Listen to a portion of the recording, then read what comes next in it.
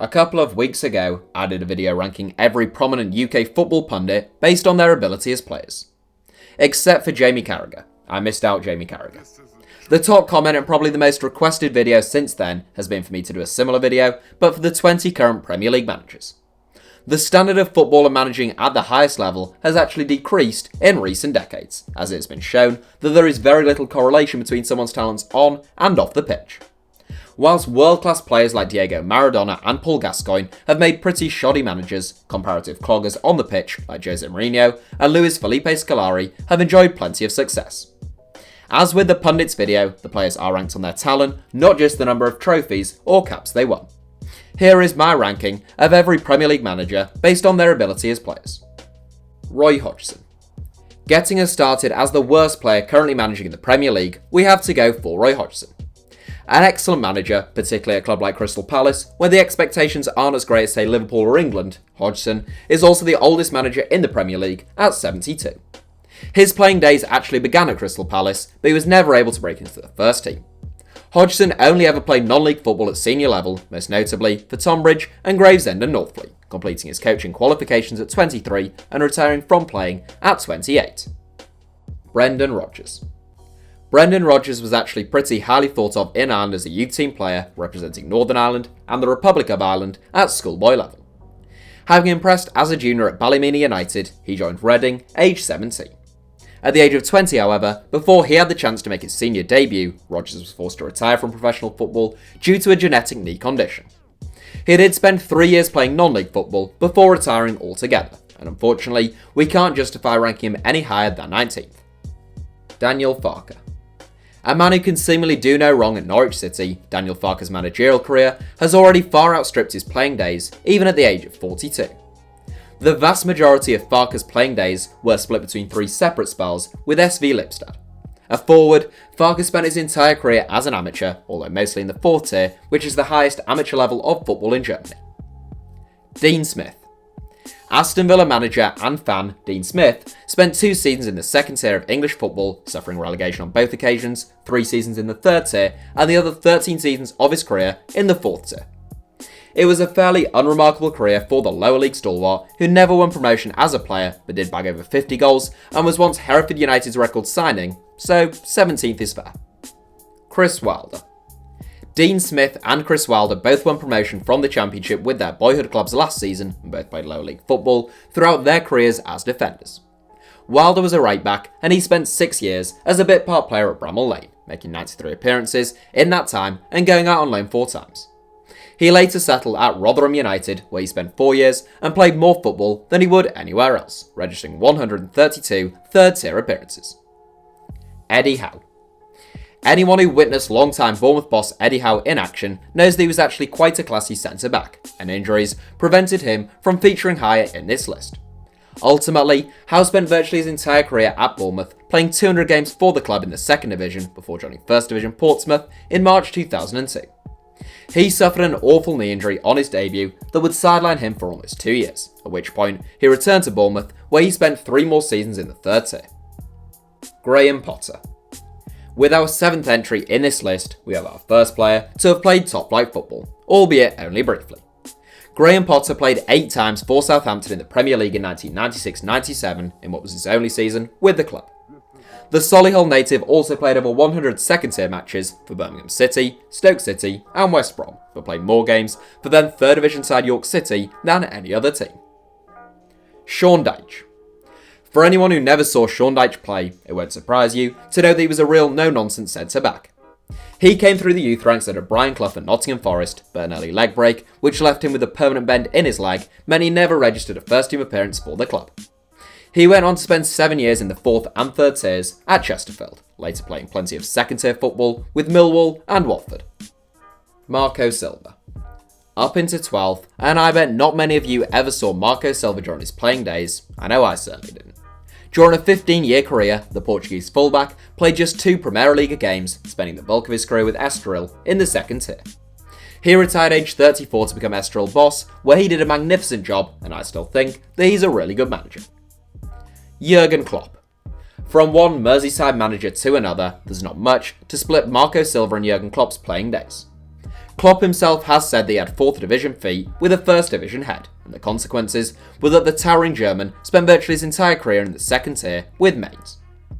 He went on to take over managerial reins at Mainz, thus beginning a terrifically entertaining and rather successful managerial career up to this point. Unai Emery.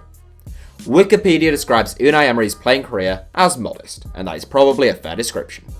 Primarily a left winger, the current Arsenal boss began his career at Real Sociedad, and it was there that he made his only handful of top-flight appearances. Emery went on to play 215 games in the Segunda Division for the likes of Toledo, Racing Ferrol and Leganes, before retiring and turning his attention to management aged 32. Ralph Hasenhüttl. The first international to feature in this video, it's actually quite difficult to rank Ralph Hasenhüttl among other Premier League bosses. He scored prolifically in Austria and was capped by his country, but struggled in the tougher German Bundesliga. Hasenhüttl scored 44 goals in 134 games for Austria Vienna, where he spent 5 seasons, but manages 3 in 44 for Cologne and ended his career playing for Bayern Munich too. Nuno Espirito Santo. A member of the Portuguese squad as recently as Euro 2008, Nuno Espirito Santo never actually won a full cap for Portugal, although he was their number 1 when they finished 4th at the 1996 Olympics. Born on the African island of São Tomé and Príncipe, Santo was a talented goalkeeper who spent the majority of his career playing second fiddle to even more gifted goalkeepers. That was the case for him at Deportivo La Coruña and at both of his stints with Porto, registering just 14 league appearances in 5 years with the Portuguese Giants. He still has a Champions League trophy, 4 Premier League titles, and 1 goal to his name as a player, and deservedly, he takes 8th here. Javi Gracia. Following a terrific debut campaign at Watford, Javi Gracia has enjoyed a difficult start to his 2nd season at Vicarage Road, where managers tend not to stick around for too long. During his playing days, Gracia was a dependable defensive midfielder who started in both La Liga and the Segunda Division. His best years were spent with Real Valladolid, Real Sociedad and Villarreal, although the former Spanish under-21 international never won a senior cap. Manuel Pellegrini. The 2nd oldest manager in the Premier League, Manuel Pellegrini, had a very good playing career, but he still had a much more distinguished managerial career. A one-club man, Pellegrini spent his entire 13-year career with Universidad de Chile, but it was a torrid period by the club's usually high standards, as they won just 1 Copa Chile. Pellegrini won 28 caps for Chile as a centre-back, playing alongside the great Elias Figueroa, and the former Premier League winner takes 6 for me. Ole Gunnar Solskjaer. There's a step up in class as we enter the top 5, starting with Manchester United great Ole Gunnar Solskjaer. Immortalised by that one moment in Barcelona against Bayern Munich, that was just 1 of 126 goals Solskjaer scored for the Red Devils. Nicknamed the baby-faced assassin, Solskjaer was a predatory goal-getter who garnered a reputation as a bit of a super sub under Sir Alex Ferguson. The 6-time Premier League winner also bagged 23 goals from 67 caps for Norway, and he is of course now the first-team boss at Old Trafford. Maurizio Pochettino. The man who some of you may recall gave away a penalty and had a header cleared off the line as England exacted some revenge over Argentina at the 2002 World Cup, that was 1 of 20 caps that Maurizio Pochettino won for Argentina. The long-haired centre-back spent 5 years with each of Newell's Old Boys and Espanyol, before spending a couple of years at PSG and later returning to Espanyol, where he ended his career. A top-flight player for his entire career, Pochettino's only league titles came in Argentina, but he did win a couple of Copa del Rey's at Espanyol. Steve Bruce. Remarkably, we have an uncapped player in 3rd place, although Steve Bruce was actually offered an England cap but turned it down, since he felt it was a token gesture and had no interest in a sort of sympathy cap. Bruce wasn't the most naturally gifted footballer, hence why it took him until the age of 25 to start playing top-flight football, but why did he make the most of the talents at his disposal? Enthusiastic, aggressive, and actually pretty assured in the pass, Bruce was a really solid centre-back, but also a prolific goalscorer thanks to his heading ability and a knack for scoring from the spot. He actually scored 113 goals over the course of his career, which isn't that far off Ole Gunnar Solskjaer's record, and the 3-time Premier League winner once bagged an incredible 19 goals in a single season. Pep Guardiola. Pep Guardiola was an immensely talented footballer who was a key man in Barcelona's dream team at the age of 20. Johan Cruyff had moved Guardiola from the role of right winger to pivot in Barca's youth team, and it was there that he would flourish in the first team. Cruyff loved Pep, and Pep loved Cruyff, and Cruyff's ideals would rub off on the young Spaniard in terms of both his playing and managerial career. A slim and technical deep line playmaker, Guardiola captained both Barcelona and Spain, but did struggle with niggling injuries and was never quite as effective following Cruyff's Barca departure. He went on to play for Brescia and Roma in Italy, and deservedly ranks as the second best player now managing in the Premier League. Frank Lampard.